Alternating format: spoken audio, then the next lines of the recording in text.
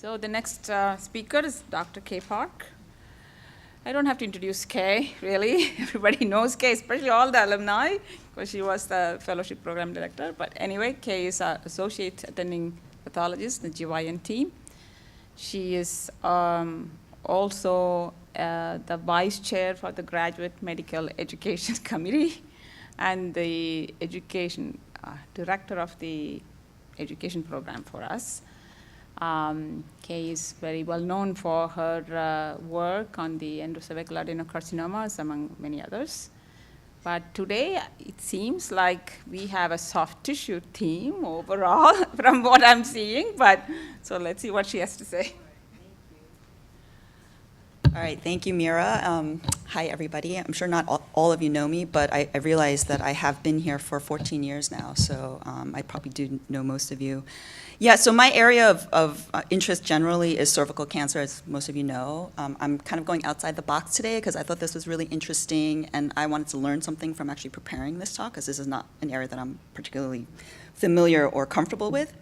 So this was a 51-year-old female who, at the age of 49, presented with massive heavy menses. So she underwent a uterine artery embolization. Then she underwent THRSO and left salpingectomy in 2015 with a large multifibroid uterus. She was followed by periodic CT scans after that diagnosis, which I'll go over, and 2 years later had a new cystic retroperitoneal mass. She underwent a core biopsy and had a resection after that. Her past medical history, she has sickle cell trait and hypertension, and family history of a mother with breast cancer and a maternal grandfather also with breast cancer. So these are the whole slide images. There are two different images here. What you can see is a hypercellular infiltrative mass. Here you can see the embolization material in the vessels. That's what this stuff is. What's interesting is that if you notice, there are these sort of smaller satellite tumorlets that seem to be on the periphery. It also has a little bit of an infiltrative pattern. You can see it's a little bit hyalinized and hypercellular. In other areas, you can clearly see that it's infiltrative into vascular spaces. If you go higher power on these, you can see, that these small tumorlets sort of compress and are adjacent to these small, slightly collapsed vessels. You can see that they're very bland, again, sort of collapsed, compressing vessels here. You can see very low-grade cytology. And in other parts, you have hypocellular next to hypercellular, sort of a little bit hyalinized or sclerosing, and perhaps a little bit epithelioid. Other parts of the tumor were extremely bland, kind of look like a typical leiomyoma, nothing special there. And then you start to look around and see these other slightly atypical, perhaps more pleomorphic cells. Other parts of the tumor had this, what you might call staghorn or pericytomatous type vasculature. And here's another vessel that seems to have these slightly atypical cells kind of emanating from that vessel. Even other cells that had some rhabdoid or abundant cytoplasmic bellies, and then some larger nuclei with prominent nucleoli. So based on all of these features in the original diagnosis at the outside, with the moderate atypia, there was no tumor cell necrosis, and the mitotic rate was relatively low. It was called a stump back in 2015. Now, I talked about the cystic retroperitoneal mass that occurred 2 years later. This is the whole side image. You can see there's a lymph node here, and then there's some other spindle cell proliferation that seems to be involving the soft tissue and perhaps going into the node, or it's starting in the node and going out. It's kind of hard to tell. And here you can see why it was called cystic. You have these large cystic spaces, again with the lymph node. And when you go in higher power, you start to notice what these cystic spaces are lined with. And they look like fallopian tube cells. They're nice and ciliated with intervening secretory cells. So you have this like endosalpingiosis type process associated with what essentially looks like the same type of cell from the uterine tumor. Here's more, you can see how intimately associated the two processes are, perhaps again associated with a vessel. This one, however, was slightly more atypical. Again, didn't have any necrosis, but was also more mitotically active, sort of consistently close to 10 per 10 mitoses per high power field. So this, in 2017, was called cystic atypical smooth muscle tumor colonizing endometriosis and involving a lymph node. And they sent it out for consultation to MGH, where they reviewed everything, including the uterus. and they called it a spindle cell leiomyosarcoma grade 1 to 2 out of 3 of the uterus, with metastasis to the retroperitoneal soft tissue, also replacing lymph nodes, and secondary colonizing endometriosis. So that's a pretty complex and kind of interesting diagnosis. I have never called any uterine tumor grade 1 or 2 leiomyosarcoma. And while endometriosis is certainly in the differential, I didn't see any really good endometrial type stroma, and the cells look really tubal to me. And as I was looking at the case, I saw some other nodes that were not involved by this process, and I want to highlight this area here. And I saw this and I was like, that kind of looks like nodal LAM, or lymphangioliomyomatosis, which we see not uncommonly in GYN for pelvic nodes that are dissected for other cancers. So then I was like, hold on a second, is this all related? Is this all like some sort of weird LAM-like process? What's going on? See how bland it is, not very mitotically active, a little bit atypical. Now, they had done some stains on the outside on this node. So it was Desmond diffusely and strongly positive. They had done an HMB45, which you can see here is focally positive. They had also done a melanA, which is very sparse and rare. I mean, you might consider that to be positive. But they didn't report it, they didn't mention it, but they did send us the slide, and I thought that was kind of unusual. So I knew the pathologist, I called him, I said, this is weird, why did you guys do this? Why didn't you report it? He's like, I don't know, it wasn't my case, the person's not here anymore. So I was like, all right, well, send me some unstains of the uterus, let's work up the whole thing. Before I get to that, I also did a beta-catenin when I asked for some additional stains of both the uterus and the lymph node.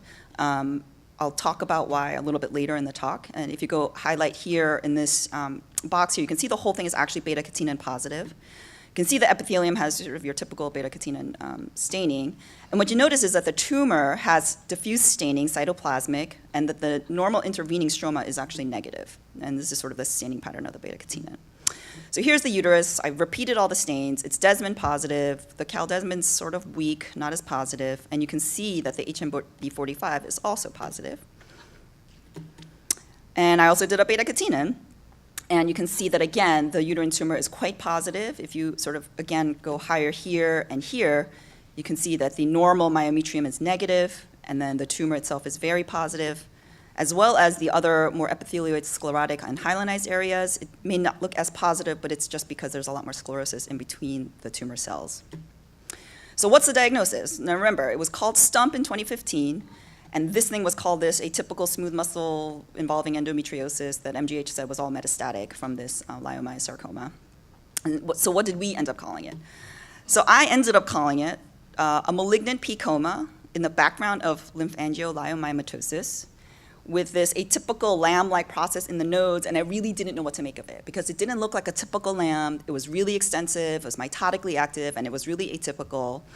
And when you have a patient who has things that look like LAM in the nodes and it's extensive, you of course have to think about tuberous sclerosis because it's one of the associations. And I just want to tell you that by the end of this talk, I may not have an exact answer for you, so don't be disappointed if I don't have the exact right answer. But again, I thought it was interesting and a good teaching, learning case. So of course we did IMPACT. I'm sure you've heard about IMPACT at this point. If you haven't, it's our next-gen sequencing panel. I think we're up to 468 genes, yes? Okay. So there's part A and part C, and the patient has to consent to both parts. Part A is somatic, so we're only looking at the tumor, whereas part C is germline, and they give us consent to look at their germline. So we asked the clinician to consent the patient, and here's her Part A IMPACT results. We did both the uterine tumor and the periodic mass. It was MSI stable, and they both had the same deletion in the gene Rad51 B with about the same fold deletion, about 3. You can also see that there was broad copy number loss on multiple chromosomes that were same at both tumors.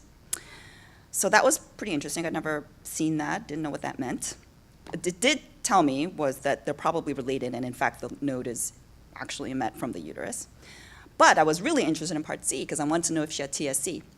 So what did the Part C show? There was no germline mutation. Oh well. We also did Archer fusion plex, where we look at multiple sites for different fusions.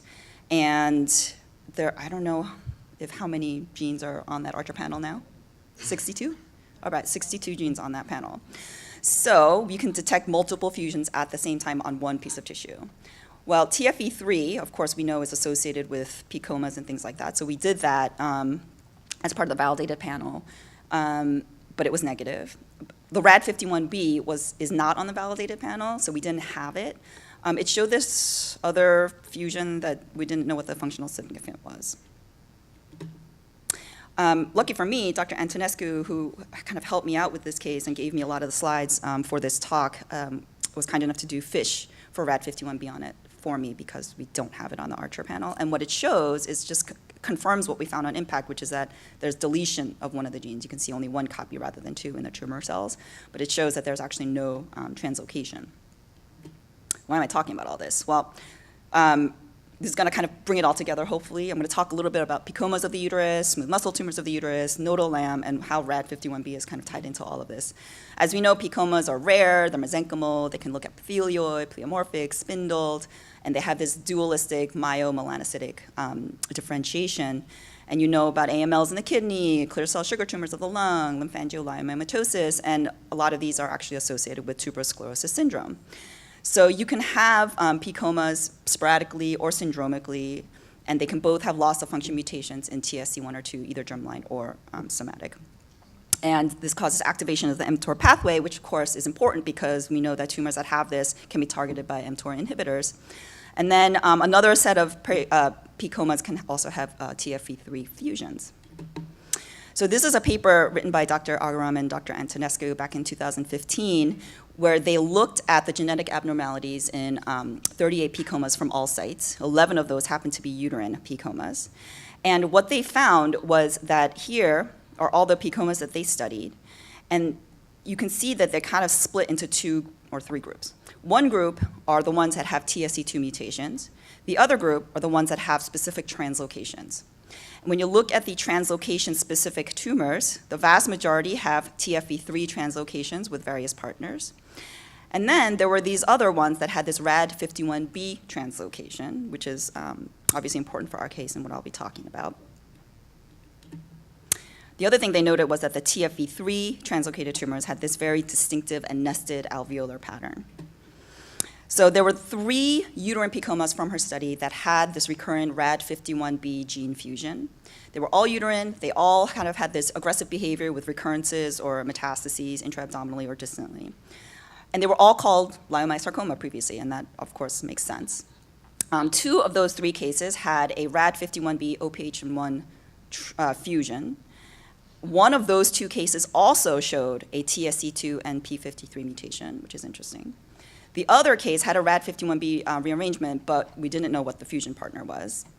And the morphologies of the 3 were varied. They were all different from each other. They weren't specific. It wasn't like they were all nested or all spindled. Actually, only one of them showed this nested pattern. They were all highly mitotically active and stained as you would typically think of P Comas. So here are the 3 cases. You had this solid epithelioid sheet-like growth, kind of high-grade with lots of mitoses. This is the one that was more nested, and this one is more spindled and pleomorphic in this kind of HPC-like vascular pattern. And that's in comparison to the TFE3 translocated P Coma, which is that clear nested pattern with lots of HMB and diffuse strong TFE3 expression by immunohistochemistry. So why is Rad51B interesting? Why am I even talking about it? Well, what's interesting in the uterus is that we know that a subset of uterine leiomyomas have Rad51B translocations, specifically with HMGA2 and HMGA1. So this is really interesting because in the uterus, unlike a lot of other soft tissue sites, the diagnosis of P Coma is really challenging. There's a lot of morphologic and immunohistochemical overlap between smooth muscle tumors and P Comas. There have been reports of leiomyosarcomas that have HMB expression, so HMB alone doesn't make it a P Coma. So that raised the whole question of, is this just a morphologic spectrum of one tumor? Is there a shared pathogenesis? What does this mean in the uterus?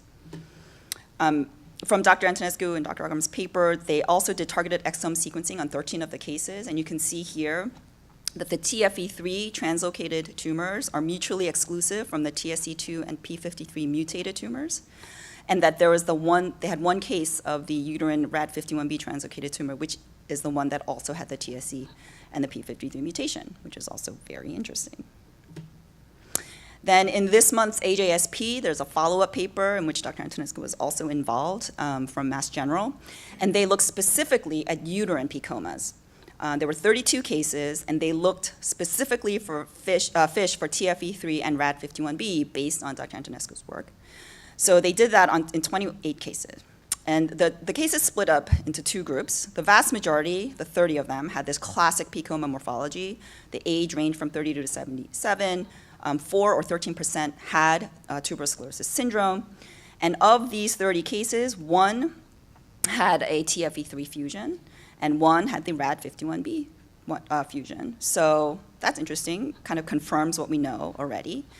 The other interesting part was that 2 of the cases had this lamb-like appearance. They were 39 years old and 49 years old. One of them had TSC. The other had pulmonary lamb, which means she probably most likely also was a TSC patient. And neither of those had a fusion in TFE3 or Rad51B.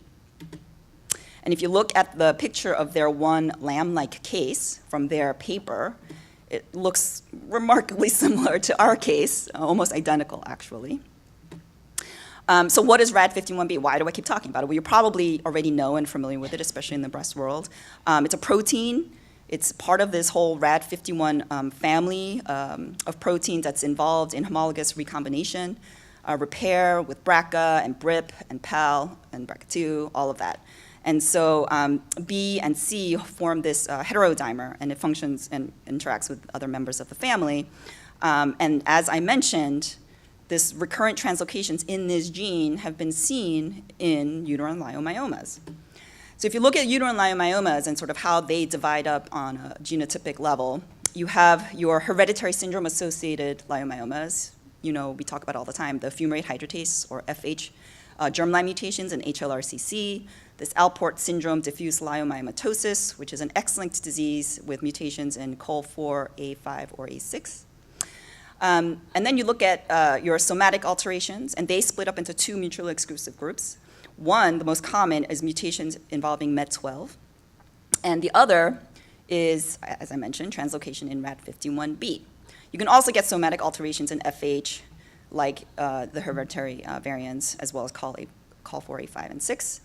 And then you can get some epigenetic mechanisms. And what's interesting is that these 2 are mutually exclusive, and that when you had Rad51B translocated, it kind of disrupts the function, whereas in MET12-associated tumors, they have upregulation, which doesn't make sense to me at all. Now let's go back to lymph nodes. What about the lymph nodes? I was kind of ignoring them. So molecular results showed the same molecular alteration in the uterine tumor and the lymph node, so clearly it's a metastasis. But what about this whole endocell pangiosis thing? Well, before I got this case, I'd never seen anything, not that I never really paid attention to it before, but it's definitely been reported. You might recognize 2 of the authors of this paper, Dr. Travis and Dr. Rosai. So this has definitely been reported, this lymphangioliomyomatosis, or LAM, associated with endocell pangiosis occurring in pelvic and parotid nodes. It's like a thing, it actually happens. This paper, that's the most recent, looking at nodal LAM in women undergoing G-mine tumor resection, had 3 cases with endocell pangiosis. And now I'm going to talk about the beta-catenin. I showed you that both tumors had lots of beta-catenin. Why did we do it? What does it mean? Well, this all started in the pulmonary literature, where LAM is obviously more prominent. So there's this association between tuberin and beta-catenin pathways. And this paper from AJCP in 2011 used beta-catenin to help in the diagnosis of LAM, because they showed that, in fact, the immunohistochemistry was overexpressed or highly expressed in pulmonary LAM, which might help in assisting with the diagnosis. So a couple years ago, another former fellow and I worked on this project looking at incidental nodal LAM in nodes resected for patients undergoing gynecologic cancer surgery. And based on that AJCP paper, we did beta-catenin in all of our cases as well. And what you can see is that, contrary to HMB45, which is positive, except it's very, very weak and focal most of the time, especially in the spindle cell LAMs, the beta-catenin was diffuse and strong. Here's an example of one of the cases from that study that didn't get published, but you can see this node is nearly replaced by LAM and with diffuse strong beta-catenin, and we found that it was just a much more robust stain for LAM. So now, how is it all connected? Well, we know that there's shared genetic abnormalities now between leiomyomas and P Comas involving the same gene. What it means, I don't really know. But it does raise the question of common origin or pathogenesis. And as we all know, diagnosing uterine P Coma versus leiomyosarcoma is quite challenging. We were on a P Coma kick for a while for a short period of time, but now we're kind of backing off. And LMS with HMB has been reported. So what does it all mean? And so it just, for me, raised the question of, are uterine smooth muscle tumors and P Comas two distinct separate entities in the uterus that just happen to have overlapping morphologic and immunohistochemical features? Or do they really represent a spectrum of manifestations that occur in one common disease? And is that common disease of smooth muscle origin or PEC origin? I don't really know. Let's go back to our case now. I've been talking about the translocations of the Rad51 B, but our case was not a translocated case. It had loss, deletion of Rad51 B. So could this be a previously undescribed pathogenetic mechanism for the formation of myomelanocytic neoplasms in the uterus? It's possible. Does this prove or disprove that it's a P Coma or a LAM? I have no idea. And what is the relationship between smooth muscle tumors and P Comas and LAMs in the uterus? And then is this a case of malignant LAM as opposed to malignant P Coma? Does it even mean anything? Is it different? Is it just a matter of semantics? Because when we think about LAM in the uterus and in the nodes, they're usually incidental and benign. Well, this brings me to a case report from 1996 by Dr. Longacre at Stanford that reported a case of a woman who had a uterine tumor that really presented like a sarcoma. It was invading through the serosa, involved the fallopian tubes and pelvic nodes. And what they noticed was that there were these small, ill-defined microscopic nodules of LAM that were scattered along the periphery of partially collapsed vascular channels, which sounds just like our case. Their patient had classic stigmata of tuberous sclerosis complex. And if you look at the picture on the left from their paper of one of these like more epithelioid appearances of the tumor, it very much resembles that sort of sclerosing hyalinized area that I showed in our case as well. So this is the most recent case review of malignant uterine LAM. They reported one case and then kind of reviewed what else was in the literature. So there's 10 cases in all. All but 2 of the 10 had classic stigmata of TSC. And LAM is often histologically benign, but of course can present with benign metastases, but can also involve lymph nodes. They can have a malignant behavior. Most of the patients in their study also had pulmonary LAM. And this is from their table, kind of delineating all of the case reports. And you can see that most of them had the stigmata of TSC. Most of them also had LAM of the lungs. But you can see they involved iliac parietic lymph nodes, adnexa, pelvic sidewall, omentum, lymph nodes, cystic renal mass. This one patient had LAM of the abdomen 20 years after involvement of the uterus. Cystic LAM lesions in the right pelvic sidewall. So it all sounds very similar to our case. So for our patient, she came here as a consultation. There was no therapy recommended at the time, and they wanted to just follow her up in a couple of months with CT scans. So the most recent follow-up was earlier this month.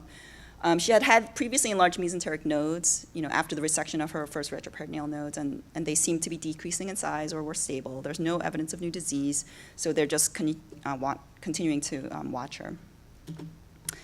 So I'm afraid I haven't really given you any answers, and I'm sorry about that, but I just thought it was a really interesting and thought-provoking case that just shows us we really still don't know everything and have a lot of work to do.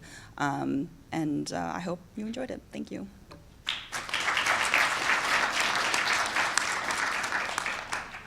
Maybe we have time for one or two questions.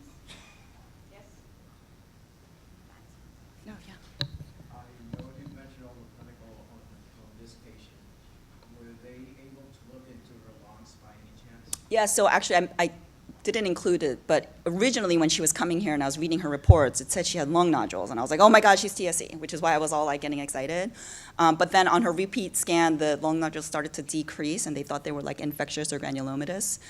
So she didn't have any evidence of pulmonary LAM, as far as I know, because that was something I specifically told the clinician to look for. Yeah. Ahmed, you had a question?